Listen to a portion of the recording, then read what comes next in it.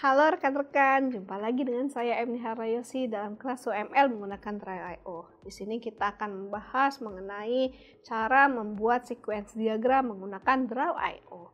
Nah, di sini teman-teman diawali dengan memahami definisi sequence diagram, komponen sequence diagram, cara membuat sequence diagram, dan contoh dari sequence diagram. Sequence diagram merupakan salah satu yang menjelaskan bagaimana suatu operasi itu dilakukan.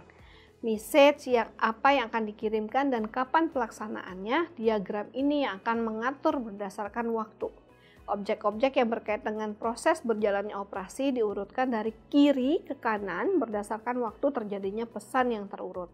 Jadi sequence diagram ini dapat menampilkan interaksi antar objek dalam dua dimensi, ya. Dimensi vertikal adalah poros waktu dan di mana ada dimensi waktu berjalan atau ke arah bawah, sedangkan dimensi horizontal merepresentasikan objek-objek individual. Nah, tiap objek ini mempunyai waktu aktif yang direpresentasikan dengan kolom vertikal yang disebut dengan lifeline.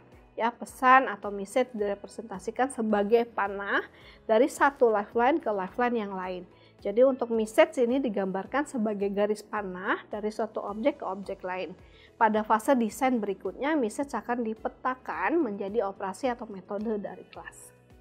Nah, sequence diagram ini juga biasanya digunakan untuk menggambarkan skenario atau rangkaian langkah-langkah yang dilakukan sebagai respon dari sebuah event untuk menghasilkan output tertentu dan perubahan apa saja yang terjadi secara internal dan output apa yang dihasilkan.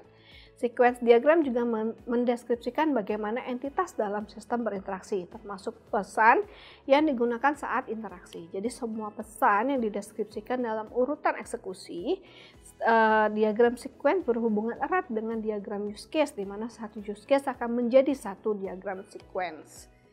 Nah, berikut merupakan komponen-komponen yang harus kita kenali dalam sequence diagram. Antara lain ada aktor, objek, lifeline, execution occurrence, message, guard condition, object distraction, dan frame.